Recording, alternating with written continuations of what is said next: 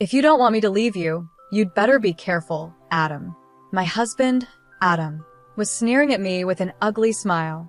Next to him, my mother-in-law, Olivia, had the same creepy grin.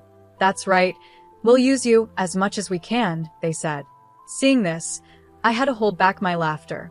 They didn't realize the real misunderstanding was on their part. Acting like I didn't know anything, I raised my voice and said, "What? I'm not your daughter-in-law anymore. I stopped being one a month ago." A little while later, lively voices echoed from the living room. Today, relatives had gathered to celebrate the completion of our new house. The guests invited by Adam and Olivia must have been shocked by the sudden turn of events. When they rushed into the living room, their faces turned pale. "You've done something terrible. How could you do this?" they said. But I stayed calm. "Don't worry. Everything is already set on my side. Now, the counterattack begins. My name is Jessica Jones, and I'm a nurse at a small clinic in town. I live with my husband, Adam, and my mother-in-law, Olivia. We got married a year ago when I was 32. At that time, I was working at a big hospital where I first met Adam, who was a patient there. He was in the hospital because of a broken bone. Adam seemed to fall in love with me at first sight and started chasing after me during his stay. "Jessica, I've never met anyone as kind and beautiful as you. Please think about having a serious relationship with me, with marriage in mind," he said. Even after he was discharged, Adam kept expressing his feelings for me. Eventually, his confident proposal, along with the fact that he worked at a big company, touched my heart. To be honest, I also really wanted to get married. It felt like the right time to settle down. Even though our relationship was brief, it was possible to move forward quickly as we were adults. However, my dad was a bit critical of my decision. "Hasn't it only been 4 months since you two met? Do you really need to rush into marriage? Are you sure there are no problems?" he asked. "There's no problem at all, Dad. You always worry too much," I replied. "You were raised in a single-parent household, so I understand why you're concerned," he said. I had lost my mother at a young age. When I was young, my father raised me on his own. He was often busy, and now he is on a work assignment out of state. Eventually, he gave his approval for my marriage, and we had a big wedding because the Jones family has many relatives. But soon, I realized that my happiness had peaked at that moment. My dad's worries had been right all along. When we got married, Adam suggested that we live with his mother. Adam's father had passed away a few years ago, and he was worried about leaving his mother alone. Since I was raised by a single parent, I understood how important it was to care for a parent. So I agreed. I knew living together could cause problems, but before the wedding, my mother-in-law seemed friendly and cheerful. Thinking things would work out, we chose a duplex apartment, hoping it would help us live separately but close. But my expectations were too hopeful. Right after the wedding, Adam and his mother's personalities changed completely, and I found myself being treated like a servant. After we got married, I decided to change jobs to a clinic that didn't require night shifts, thinking it would be easier if I got pregnant. Knowing I had more time, my mother-in-law insisted I take on all the housework. Talking to Adam about it didn't help. He became focused on work and left everything at home to me. "Take care of my mother for me. I'm tired from work.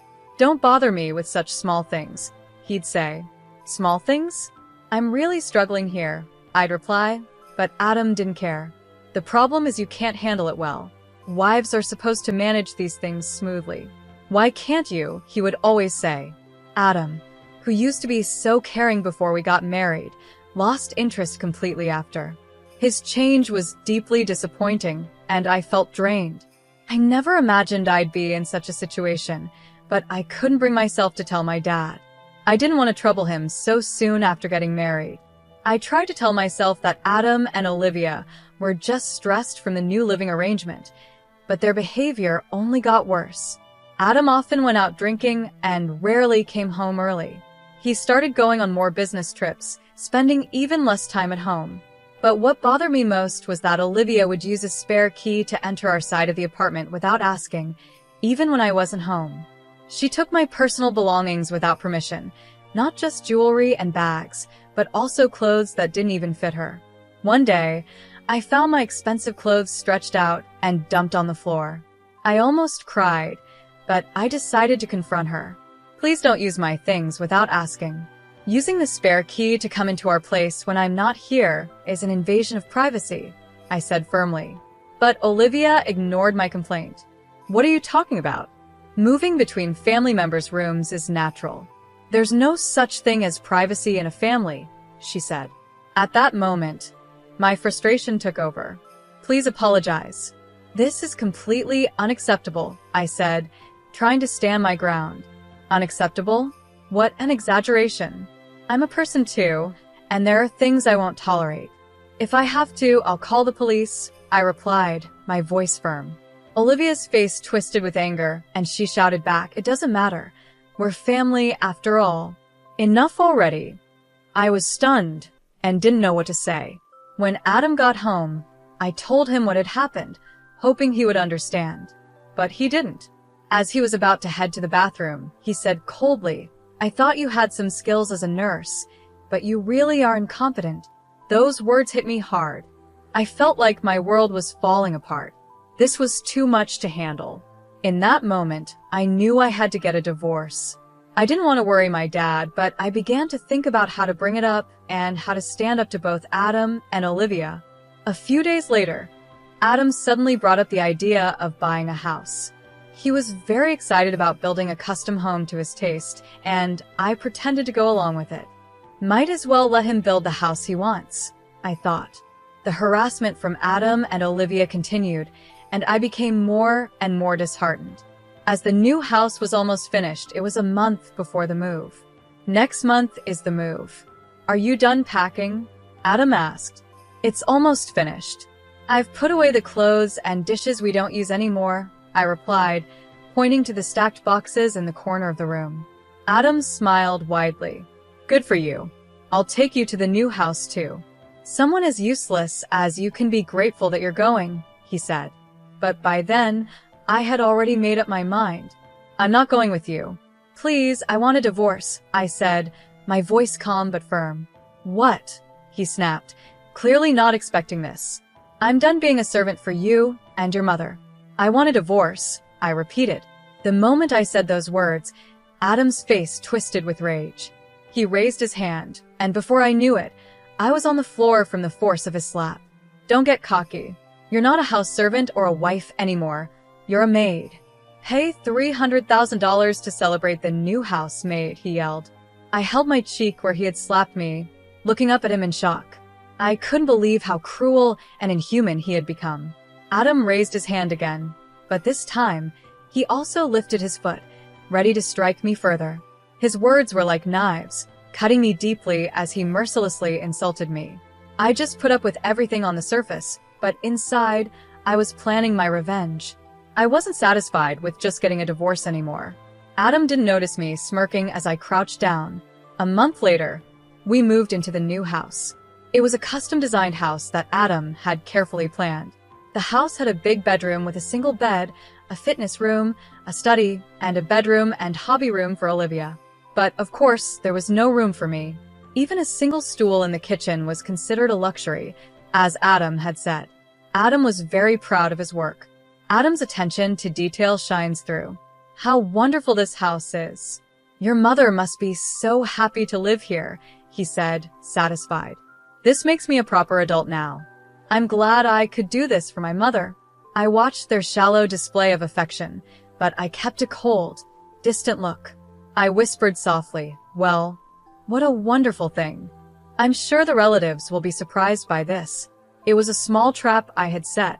As I expected, Olivia immediately took the bait. That's a great idea. Why don't we invite all the relatives to see this beautiful house?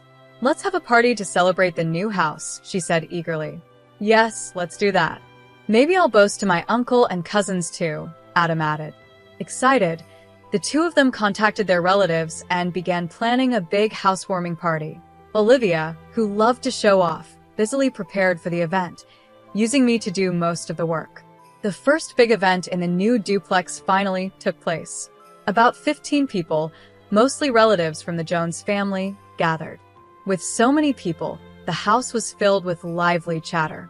Olivia dressed up stylishly to welcome the guests at the entrance, while Adam proudly showed off the house.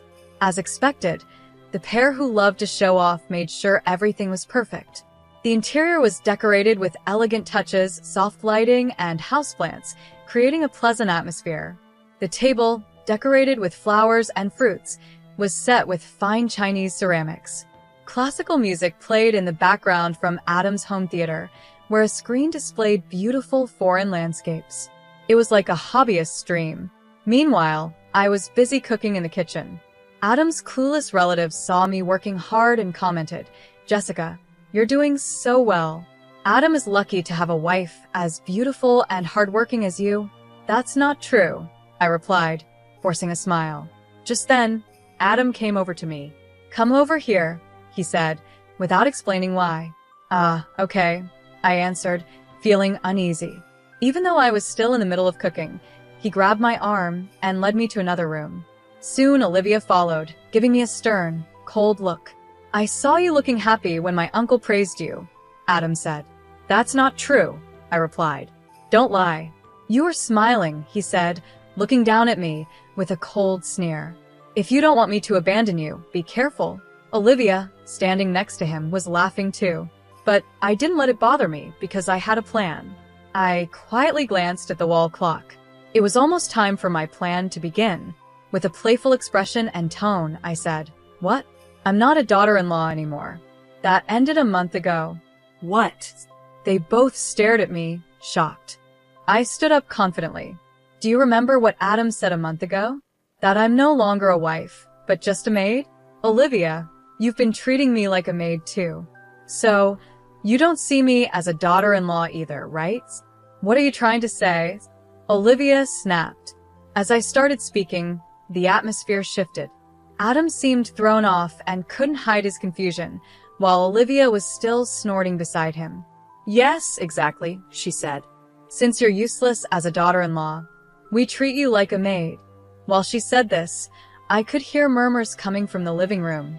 My plan was starting to unfold. I secretly smiled. "That's right," I said. "I'm not a daughter-in-law anymore, and I'm not a maid either. I'm leaving this house." As soon as I said those words, the murmurs from the living room grew louder. Adam and Olivia noticed the noise and began to panic. "What's that sound? Is that my voice?" Adam asked. The two of them rushed into the living room, where the relatives were glued to the screen, watching a video. It was painful for me to watch, but it was necessary. The screen showed a moment where Adam was verbally abusing me and raising his hand to strike me. "What is this?" Adam shouted, his face turning pale. The relatives were all staring at him with stern, cold looks. Overwhelmed by their gazes, Adam trembled. I had secretly recorded that incident from a month ago, when he declared I was just a maid. I had been gathering evidence of my husband's abuse and my mother-in-law's bullying for a while. Of course, I needed it for the divorce, but my anger didn't stop there. I held on to these recordings as part of my plan for revenge, specifically for this day. During the housewarming party, I had set the video to play automatically. I knew it might inconvenience the relatives, but it was a necessary step. "Adam, what does this mean? How awful." "I couldn't endure such a thing," one of the relatives said. "This is," Adam stammered, his face pale, as he faced the cold stares of the relatives. He was unusually shaken. Seizing the moment, I slammed the papers I had been hiding onto the table. "There's no escape now. Please sign here. We are getting a divorce," I said, presenting the divorce papers I had prepared for today. "I'm done being just a maid. I want a divorce," I said firmly. "Divorce? This is no joke, just a typical marital issue," Adam replied. "Typical? Is it normal to abuse and hit your wife? That's not a marriage." "I'm sick of you," I said. As I spoke, I could see the relatives nodding in agreement. After watching the video, it was clear to everyone who was in the wrong. While Adam hesitated to sign the divorce papers, I decided to present my final move. "Also, it's clear you've been having an affair. I have solid proof of it," I said, watching his face pale. "What?" he stammered. "I've always suspected something was off, especially with your earnings not increasing. So, I hired a detective agency to gather proof. It turns out your affair is with the daughter of a client CEO. This will definitely affect your career, I continued. I spread out the photos and documents on the table for everyone to see. The images showed Adam and the woman entering a hotel together. Don't look. Please don't look, Adam shouted, frantically trying to cover up the evidence as he lunged forward. I could barely hold back my laughter at how desperate he looked. I will be seeking a fair share of assets from both you and your partner. Since she's also married, there might be claims from her side too, I added. It's not that's not right, Adam stammered, but he couldn't explain what he thought was wrong. As usual, Olivia jumped in to defend him. What are you talking about? An affair is nothing. It could even be seen as a mark of a real man, Olivia said. I've told you many times that you're not fit to be a wife because you can't forgive even this much. She still didn't realize how her comments were making the relatives uncomfortable. I looked at her coldly, deciding it was time for my next move. Olivia, do you remember the terrible things you've done to me? I asked, taking out my smartphone. I had set it up to control the videos. I selected a specific clip and projected it onto the large screen. The video showed everything: how she made me do all the housework, including laundry and cooking, how she entered my room without permission, and how she used my things. There was even footage of her trying to wear my clothes, stretching them out until they were ruined. As the screen displayed Olivia's rude behavior, including scenes of her throwing laundry and criticizing my cooking, gasps of surprise echoed from the female relatives. When the video showed Olivia sneaking into my bedroom, the room was filled with shocked whispers. Everything was perfectly captured by the surveillance cameras I had set up. What is this? Filming our house without permission? This is a violation of privacy. Olivia screamed angrily, but it was too late. It was ironic for her to claim a violation of privacy now, after she had denied my right to it before. Filming inside a home might be seen as a privacy violation, but in this case, it was necessary to show the truth, I said calmly. I no longer cared about any accusations. After all, it was Olivia who barged into my room uninvited and acted as she pleased. It was clear who was in the wrong. The screen clearly showed Olivia going through my clothes and accessories like a thief. Stop it. Don't look, she shouted, her face finally turning pale. Behind her, the female relatives whispered, Even Olivia? That's just awful and unbelievable. If someone did that to me, I'd call the police right away. Their criticisms grew louder, and Olivia became more flustered. I pointed at her and spoke loudly. What I can't forgive the most is that you broke a keepsake from my late mother. It was precious to me, and you tried to laugh it off. You haven't even paid a cent for the repairs. Do you understand how much pain you and your son have caused me over this past year, showing no human empathy? At that moment, the relatives finally took my side. They stood behind me, glaring at Olivia and Adam with stern faces. Olivia, Adam, apologize to Jessica, one of them said firmly. That's right. Don't you feel any shame for what you've done? Added another. Though Adam and Olivia were still hesitant, the pressure from the relatives finally made them apologize. I'm sorry, they said, but their words were hollow and insincere.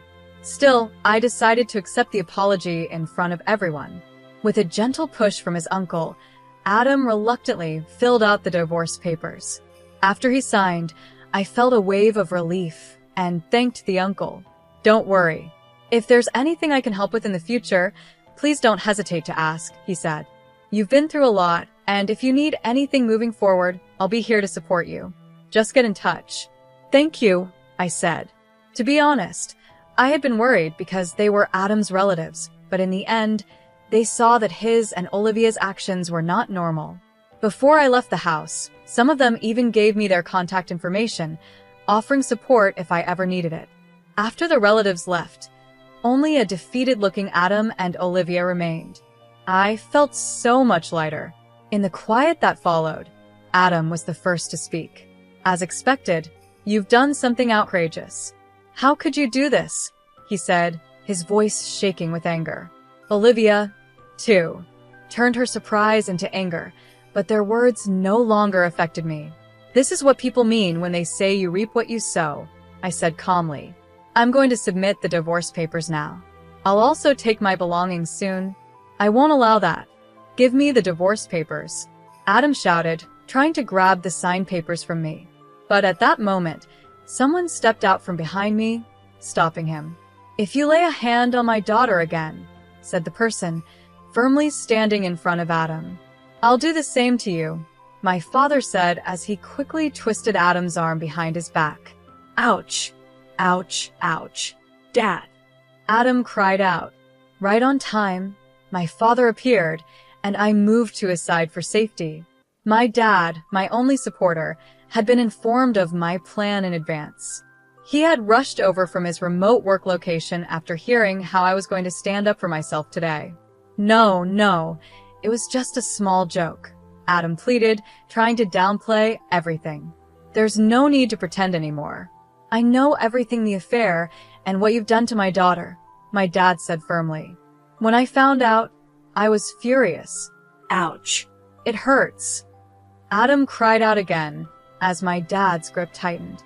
My father was much bigger than Adam. When he was younger, he kept fit with boxing and US football, and he still kept up with running and weight training. Adam, on the other hand, enjoyed watching movies and dining out, and he had gained some weight over time.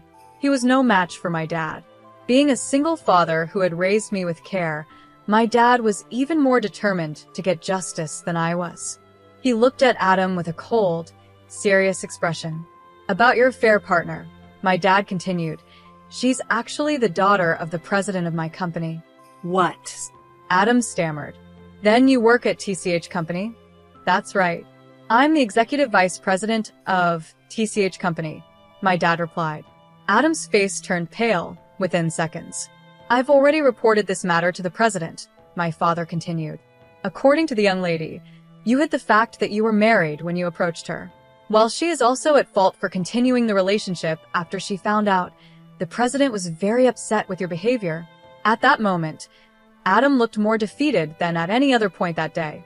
I was surprised too, as it was the first time I learned my dad's company was connected to Adam's workplace. As I was still processing this, my father turned back to Adam, his smile gone, replaced by a stern look. Her company, ours, is a major client. Honestly, we have plenty of other suppliers to choose from, even without your products.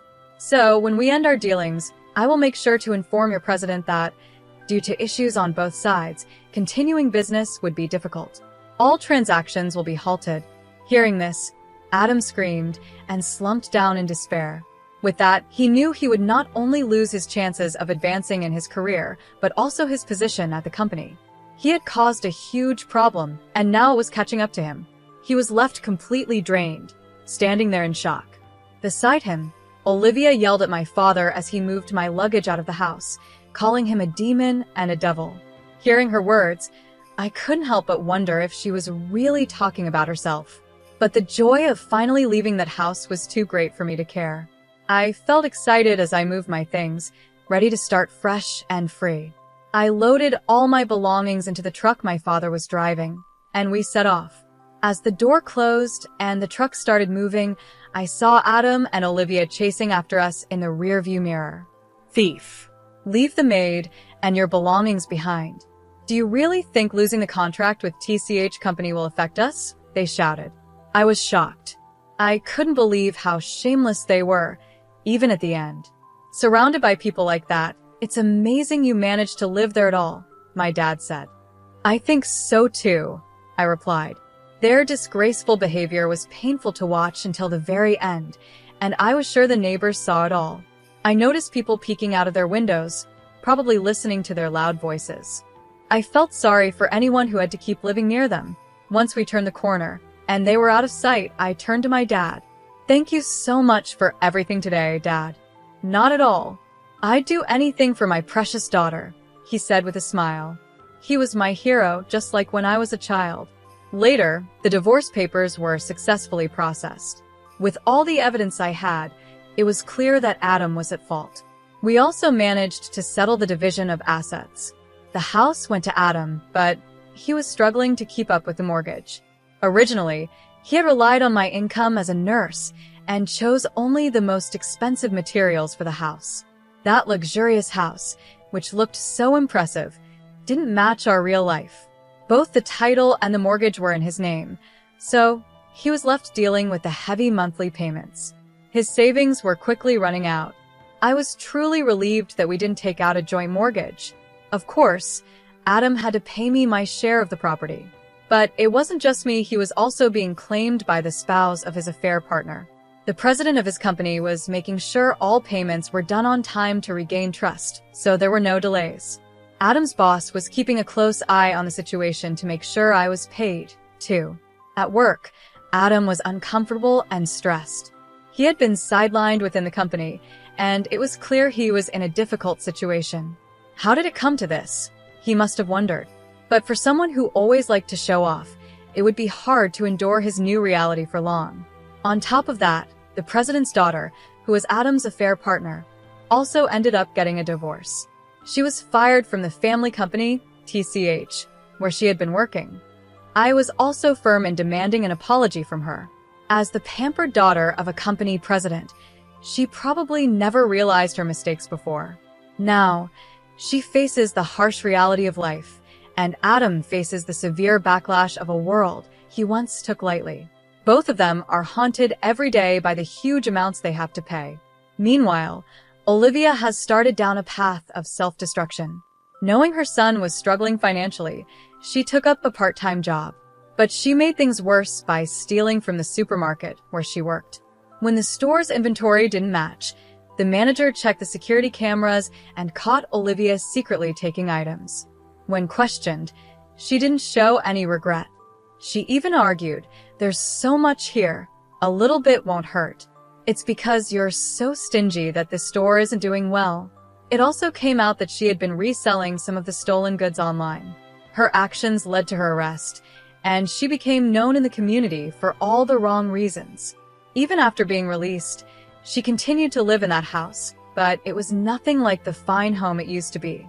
The house, once built to impress, soon became run down due to a lack of care. Years later, I heard that people in the community called it the garbage house. For years after my divorce, I began to think about marriage again. Encouraged by a friend, I decided to remarry. I met a kind-hearted, gentle man who understood me and gave me the support I needed. When I introduced him to my father, he quickly gave his approval, and I felt relieved to start my new married life. Later, we were blessed with energetic twin boys, and our home became lively and full of joy. Raising twins was challenging, but the support of our parents was a huge help. My in-laws were warm, thoughtful people who always respected my opinions on parenting. After all the hardships I had gone through, I felt deeply grateful to have met such wonderful people. My father adored his grandchildren, and the way he smiled when playing with them was something I had never seen before. "Peekaboo, look, it's Grandpa." "Oh, Dad, your face is so unguarded," I'd tease. "Really? Do you think so?" he'd say, trying to hide his smile. But it never lasted long, and he quickly returned to his gentle, doting expression, fully embracing his role as a loving grandfather. Seeing him so happy made my heart overflow with joy. Beside me, my husband smiled warmly and leaned in close. "Thank you for giving me such wonderful children. Let's keep building our happiness together." "Yes, thank you so much," I replied. Moving forward, I'm committed to creating a loving, warm family. Together with my beloved family, I look forward to building a new life filled with joy and happiness.